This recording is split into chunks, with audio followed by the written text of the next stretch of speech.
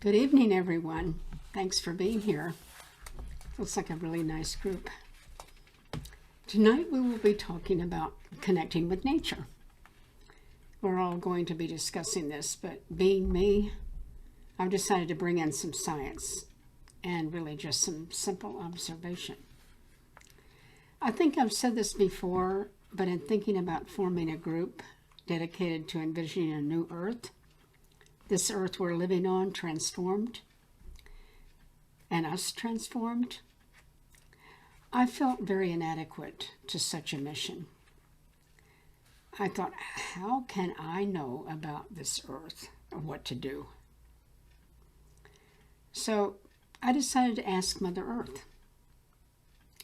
I meditated and asked, Mother Earth, how can I help you? I hurried to my pen and paper and immediately wrote a response. And it was just immediate, automatic. This is what she said. I am you, I live in you, and you live in me. We are one and always. Where to begin with you? Look at me.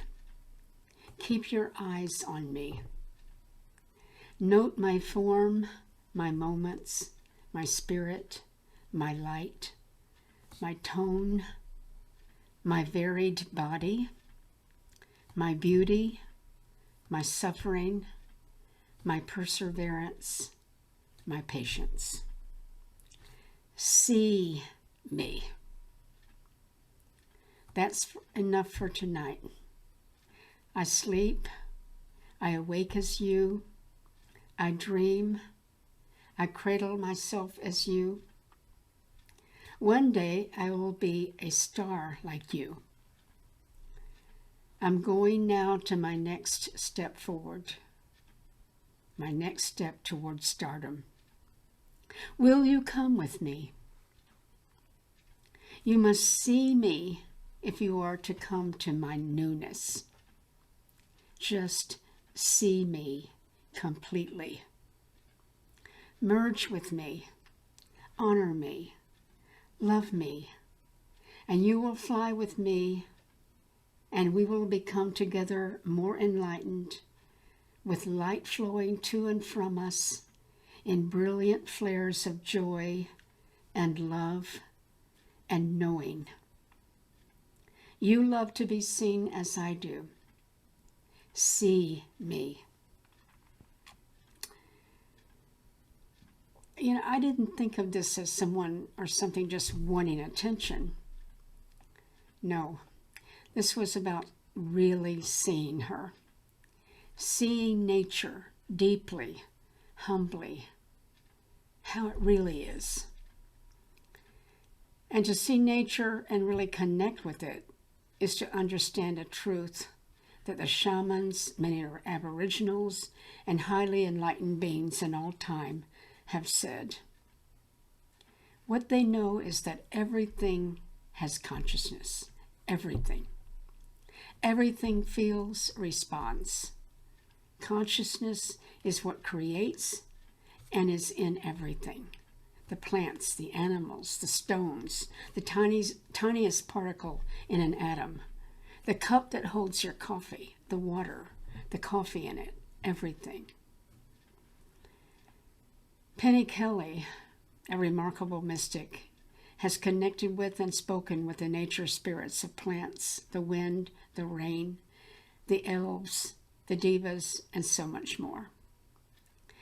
In her book, The Elves of Lily Hill Farm, she describes her talk to the wind storm, asking it to move from the delicate plants and go around them.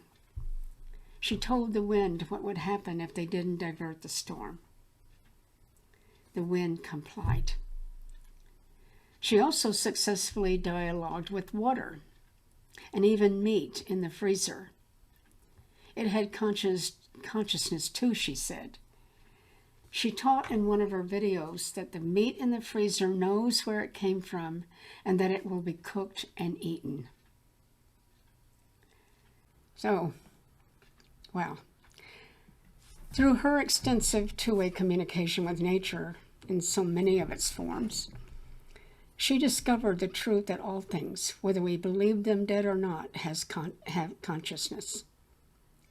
So she teaches that plants and animals used for nourishment know their mission and are dedicated to make it the best it can be, given the conditions they have to work with. Amazing, huh? Scientists and mystics know that when you plant a garden, if you touch the plant, come near the plant often, the plant will adapt to your chemistry and alter itself in an attempt to give you the chemical or nutrient that is lacking in your physical system. When I first heard this, I was kind of in doubt, even though I love plants.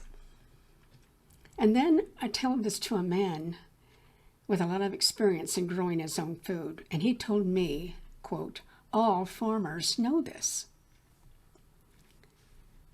So a whole lot of people other than me know it. The nourishing plants, it seems, that give us fruits, nuts, seeds, and veggies actually know what they do for us. They live to give, as one farmer says. When we connect with them, touch them, or just be nearby, they realize what is lacking in us, and they actually modify their chemistry. They try to address what is needed in our chemistry to come into harmony. That's when we connect with them while they're growing and can do this. So, Penny Kelly has also said in one video that I watched recently that some people who know this put the seeds in their own saliva before planting them, because this increases the skills of the plant to alter their chemistry in an attempt to help. Well, after coming to know that, I sure had a lot more respect for the tomato plants I planted, and I touch them every day. I looked further and realized this is the teaching of the South American shamans and many Aboriginal societies. So how and why does a plant do this? Remember, everything has consciousness, and plants are very sensitive. They pick up the vibes like dogs do and can sense what comes from you just in the air they and you breathe. So plants, like all nature, are designed to create harmony and prosperity. Maybe they don't think of you as an individual, or maybe they do. What they feel is a lack of harmony in the field, and they attempt to harmonize it. So, and they can do a lot of work to try to do this. We poison the precious, nurturing, and loving Mother Earth with toxic chemicals. We plant the plants in long rows of the same plant species, unlike how they form themselves in the wild. But the plants put out their very best efforts to flourish, to fulfill their mission with unconditional fortitude. So, in looking at nature more carefully and considering the truths of creation and the laws of vibration we previously talked about in another presentation, it has become obvious that nature herself can be and do nothing else. Let's see why this is. Let's look again at the part of part of the talks we previously gave. Again, this is the map of consciousness developed by David Hawkins in his book, Power versus Force. We have on the left the name of the energetic frequency or vibration, then a number for the frequency, then the emotional state, and then the view of life. You'll notice a green line running across the whole slide. This divides the positive consciousness expanding levels and the negative and contracting levels below the green line. What does this have to do with nature? everything. When we look at nature, see her, we easily see that nature's nature, so to speak, is forever and always in the positive level. Courage. Let's start at the green line, above the green line. Look how plants, animals withstand the torrents of weather, human intervention, and still use effort to live and prosper. They never chicken out, ever. There's natural trust.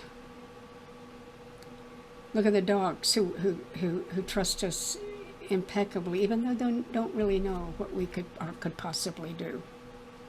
It's their nature. We can go up this whole scale and see that nature is aligned with all of the positive feelings and actions here.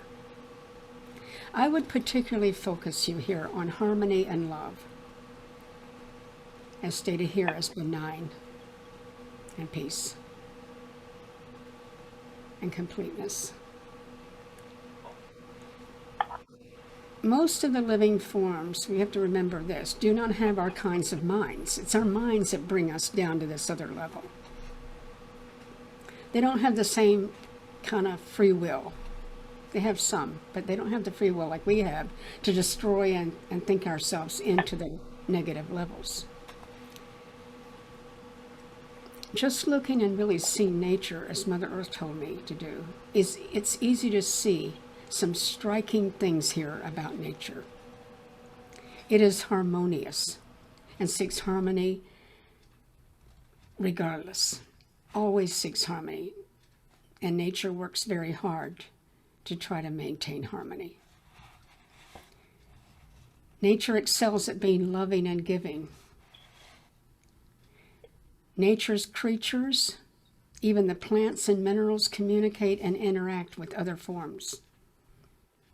Trees, scientists have discovered, connect with each other through their roots, connecting with the roots of their neighbors, warning of dangers and chemicals, offering extra nutrients, teaching other trees, and healing them.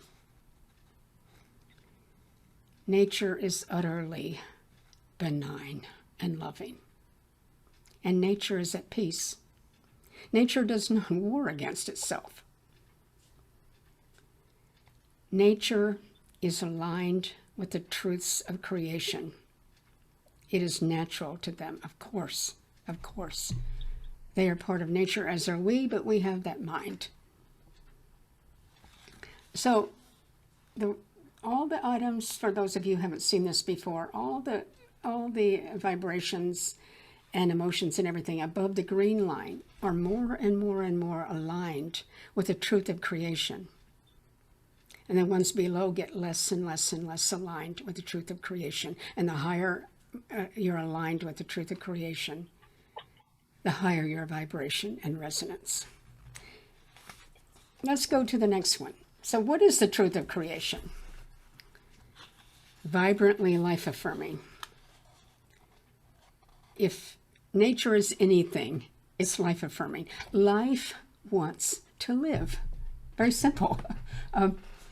Abundant and prosperous goes without saying. Just look at any forest.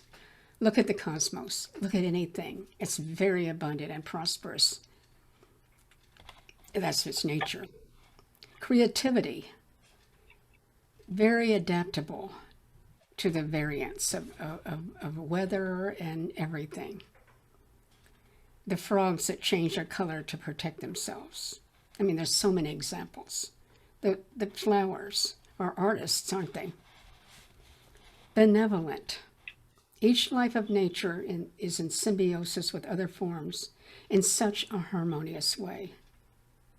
The trees giving off so much oxygen and taking in our carbon dioxide and transforming it. There's so many examples of the benevolence of nature and how wonderful and loving it is to accommodate so many different forms.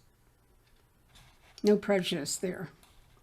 Exuberantly expressive. Look at almost anything. The dogs, the birds, everything. The clouds, the wind. seeks harmony and balance. We've already talked about that. But this is the truth of creation. This is how the cosmos is. It will always seek balance. You can look at it and see how that works. The planets going around a planet, the sun, and the whole thing. Balance and harmony. So, looking at this tendency to always want, desire, and having the nature of coming back into balance, we really need to think about this, because Mother Earth is a living being. And the Earth, being a living being and being consciousness, wants to get back to balance. And if it means killing off all the cancer, which is us, and the greed and everything, this might happen. Maybe it's happening now. But we have the power to undo this and get back to balance and harmony ourselves, and transmit that out into Mother Earth, into everything. And finally, seeks perfection and beauty and form. This just goes without saying. This is obvious too. And remember, what's true of creation is true of us. In our essence, we're all those things too. So, what do we come away with here?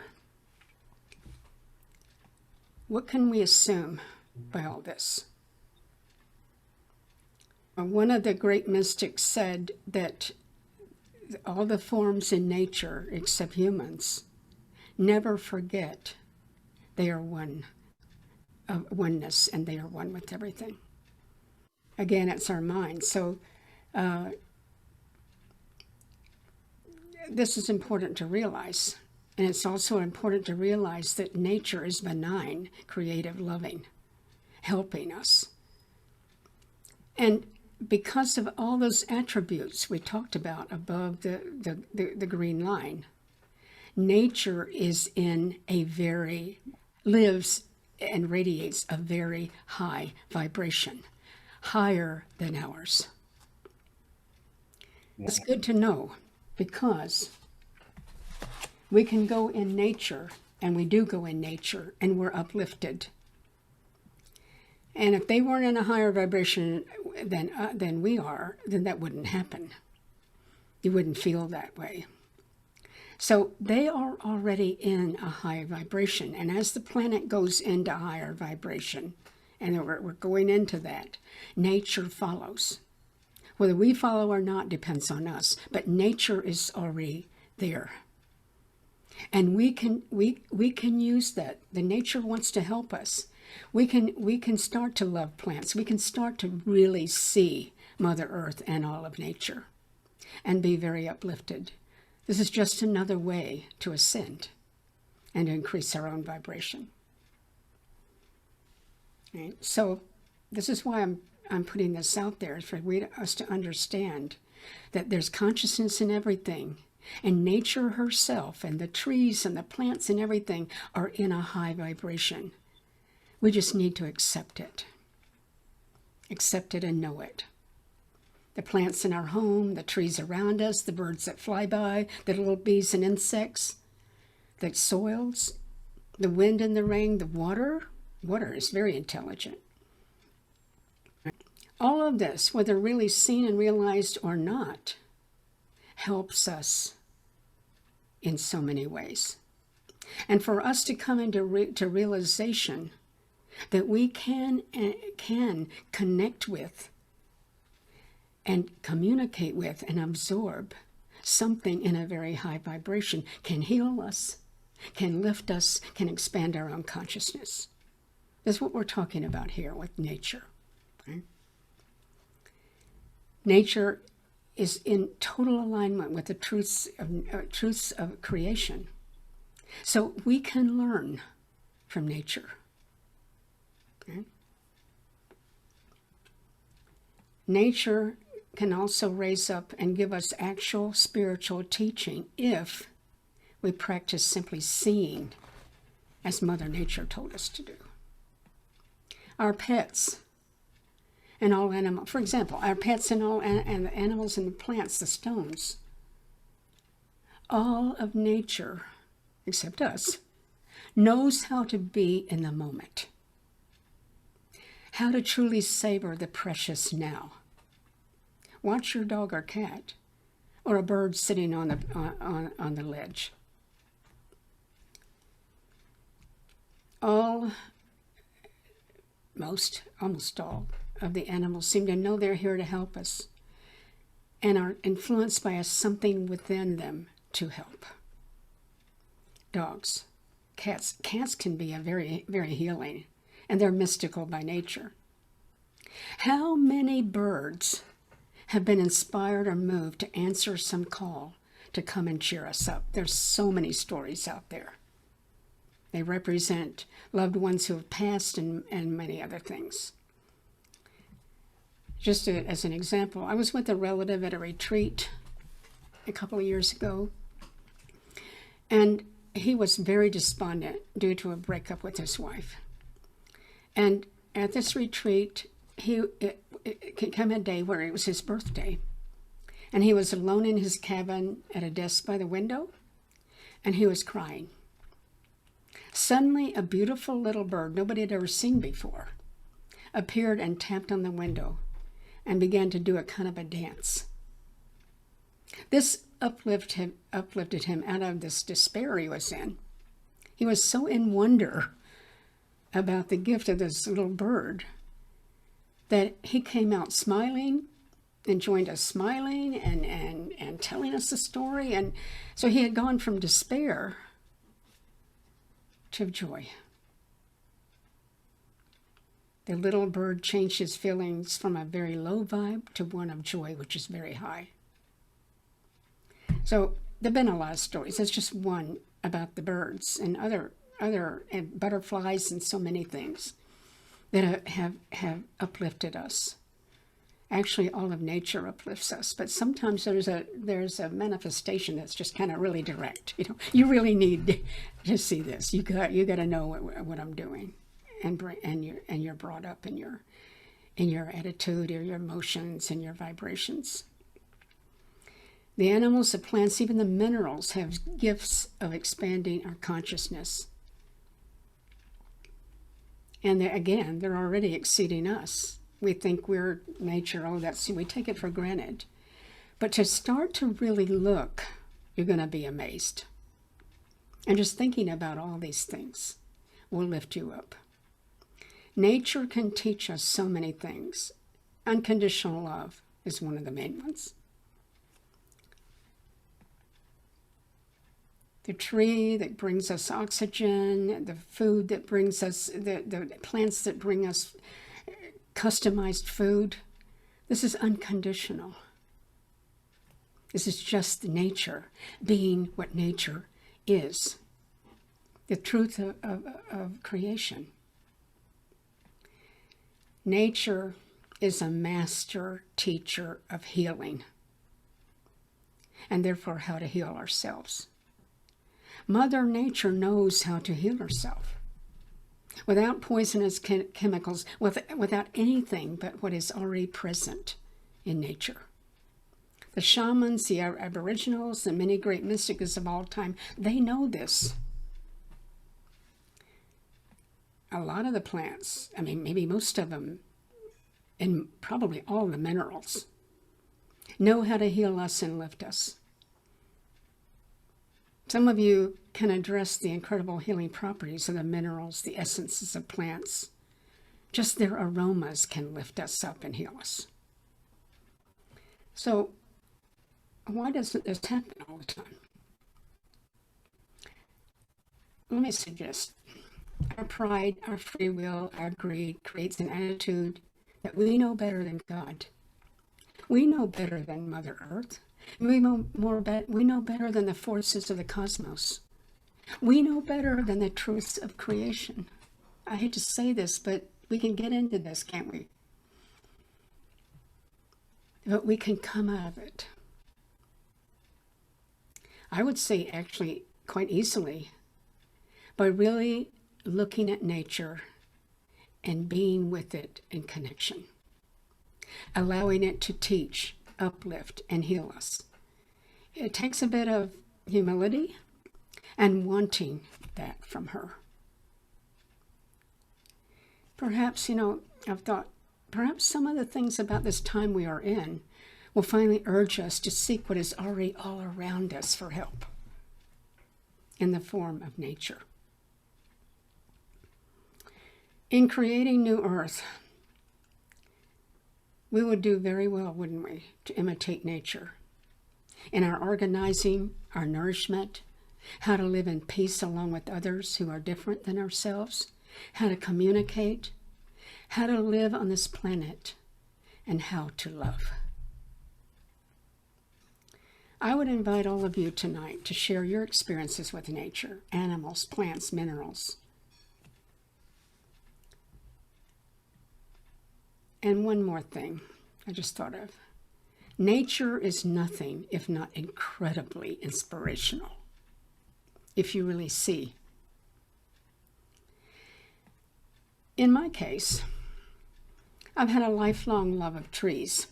Ever since childhood, I've tended to name the ones I really feel connected with. And in watching them and feeling their energy, I've found they have different personalities. In our yard here, I've named the 4 trees.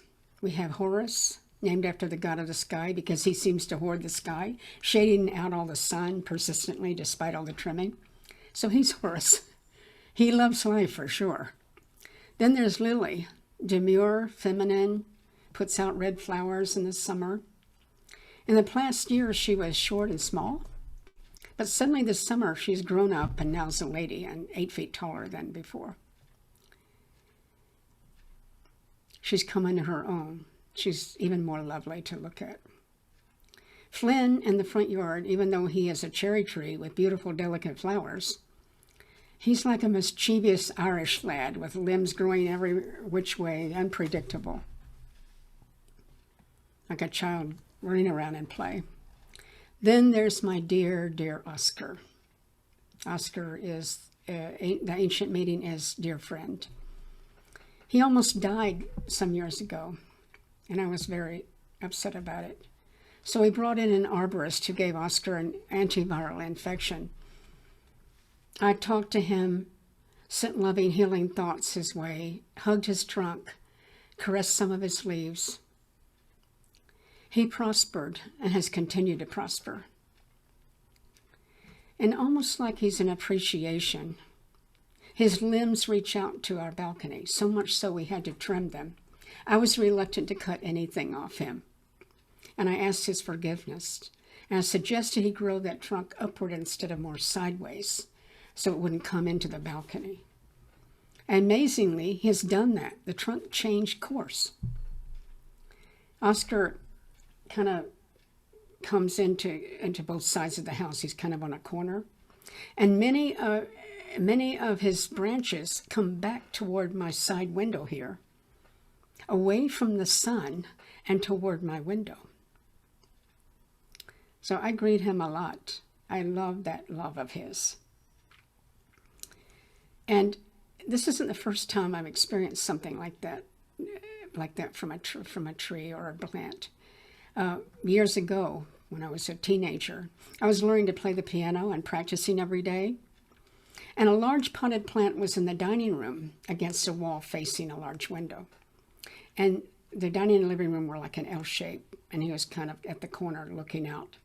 My piano was around the corner, down a ways in the living room. And I noticed that branches began to fold around the corner and into the living room toward the piano and away from the sun. Obviously, wanting the vibe of the classical music I played. Plants love music. Many farmers that know this play classical music in their gardens. And here's another thing, with only one exception, all of my own expanded mystical consciousness experiences have occurred when I've been in nature. I'm convinced, by many things I've experienced in nature, that nature is a high vibrational source that can literally spiritually expand us. It has happened to me over and over again. Also, in the process, I learned a bit of that great truth that everything, the stones, the inanimate objects, has consciousness. And there's so much more to learn from nature. I mean, it's a multi-universe of learning. We've only scratched the surface here. And I want to learn.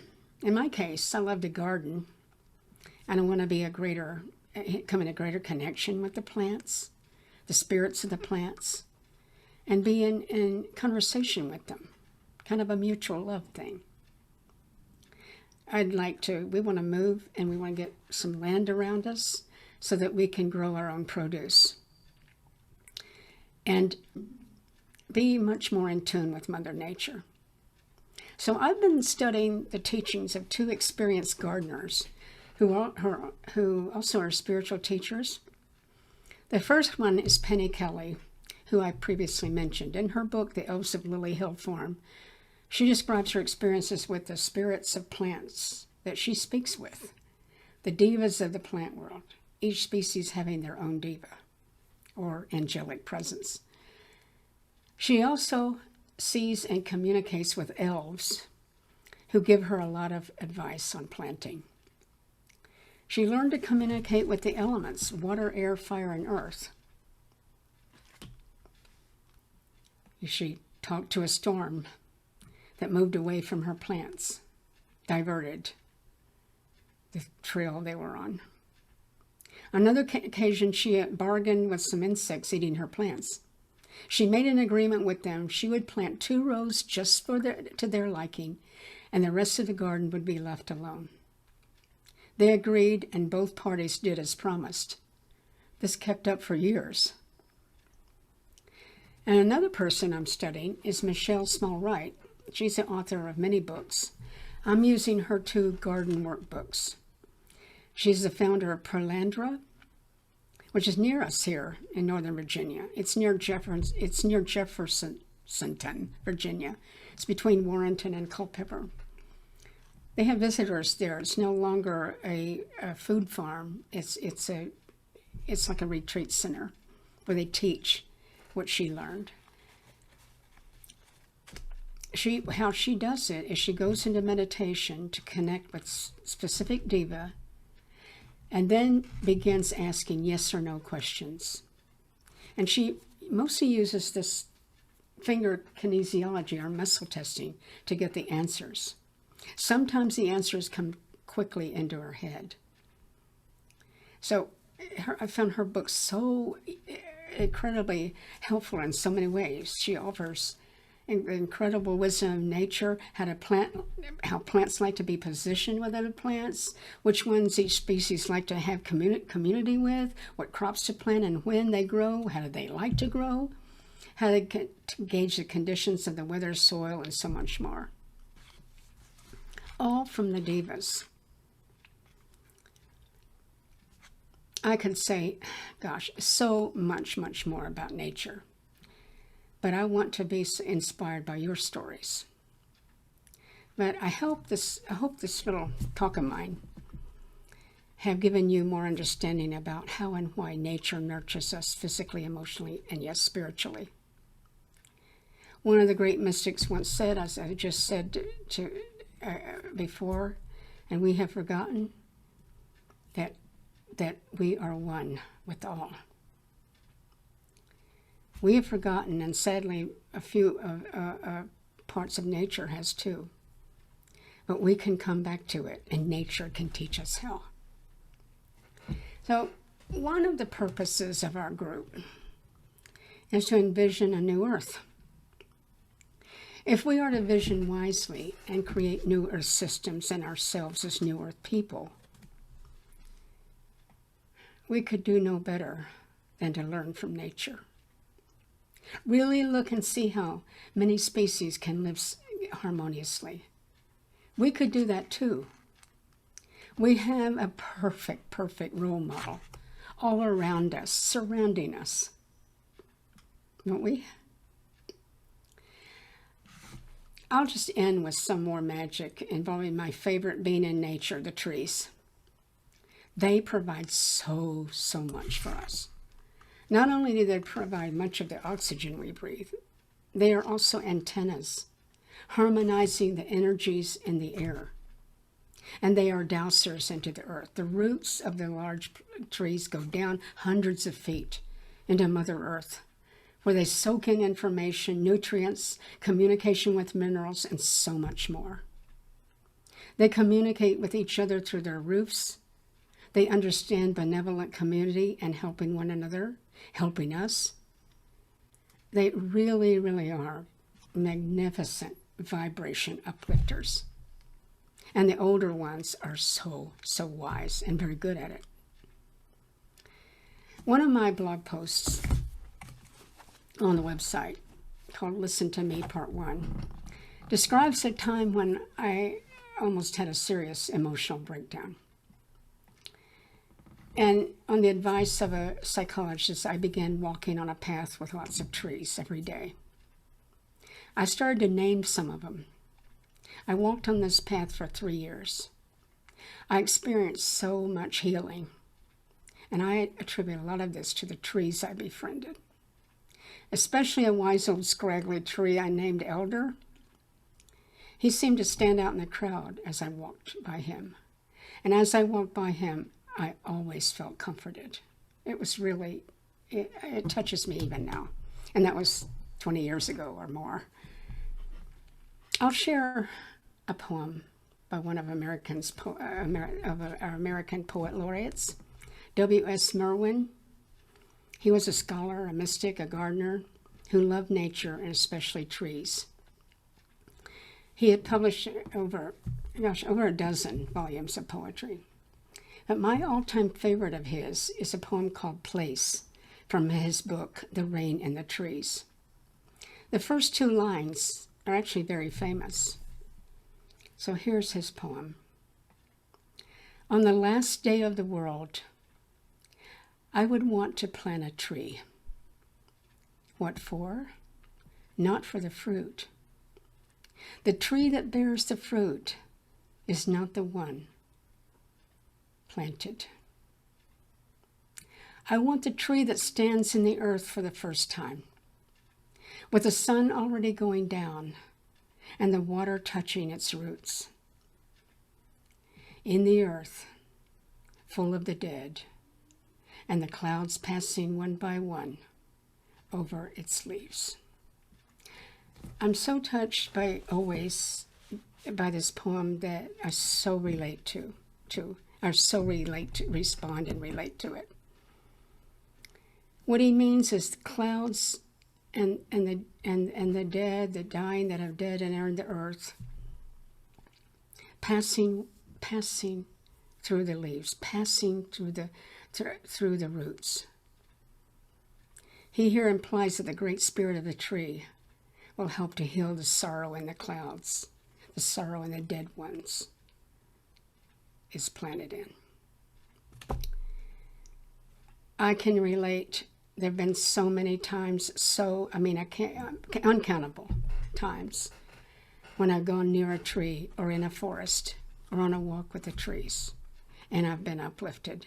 And several times I've been seriously healed. So let's just remember 3 things here. Everything has consciousness, everything. And next, nature is totally aligned with and in flow with the truths of nature and is in high vibration. We can go there and soak it up. They would the forms of nature live for this. And finally, nature is our teacher and role model in how to live and love on Mother Earth. So I hope you got something out of this, that uplifted you and inspired you with this little meeting we had today. and you can go forth with it. Let's share. I wanted to announce we've booked a couple of presentations that you may or may not know about. Okay, the next one, which will be on October 19th,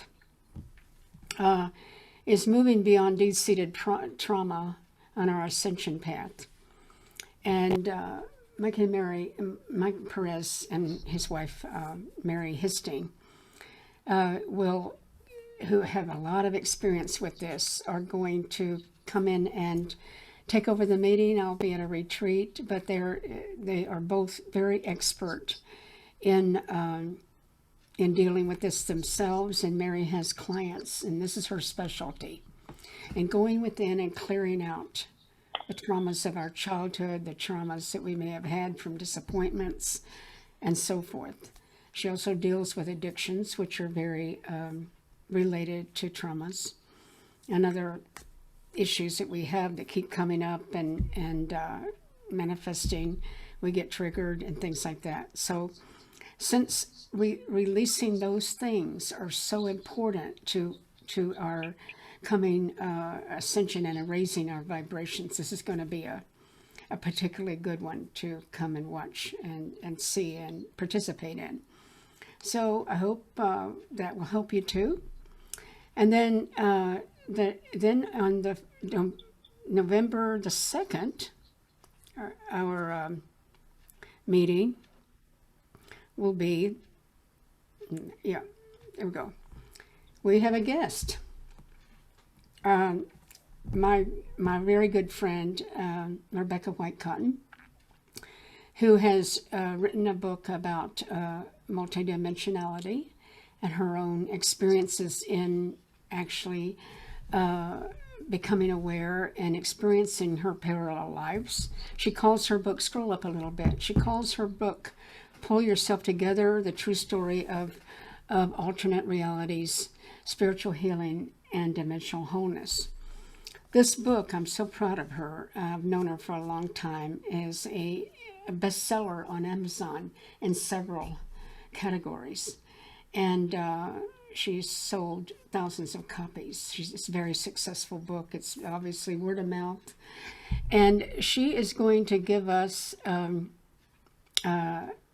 a mini workshop with us to help us open to our own and actually experience our own multidimensionality. So this is a real treat. She's been giving workshops kind of around the country, and she used to be a staff member at Unity at Fairfax.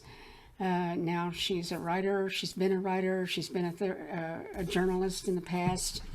She has an award-winning children's book. But this is something that is a specialty of hers, and a lot of personal experience in this area of her own. And she's going to lead us in an attempt to have us experience it as well. She's designed just for us a short workshop. So that's what her gift to us. And scroll back up to her. And so I hope you don't miss November the 2nd. Come and see her. I think this will be really good. So those are the two that are coming up. We have some more being planned, and but those are the ones we have so far, and we'll get more in there too. But I just want to announce that I don't think you knew about the Rebecca's presentation that's coming up on November 2nd. So join us. I think that will be good. I think both of them will be really good. And I'm working on some guest presenters for the new year. Which might surprise you. I'm not going to say anything yet because I'm not sure what's going to happen, but we're working on it. So stay tuned. I've got some new blog posts up on the site. I think I've announced them. The videos are current on the site and on YouTube. So you might want to check that out. And we finally got up on the resources page on the site all the resources so far until tonight. All of them are up. the Points of Light one, all the rest of them. They're all up now, categorized. Just take a look at the resources and peruse them. And it might be just entertainment of the evening, just to know what's on there. We have long explanations for some of them, and so long on one book, you might not need to read the book, but anyway, you can read the synopsis. So check that out. Just go on janicecoyle.org and click up resources or events or blogs, whatever. Okay. Okay, that's it. Hey, good night, everybody. Mwah. Okay.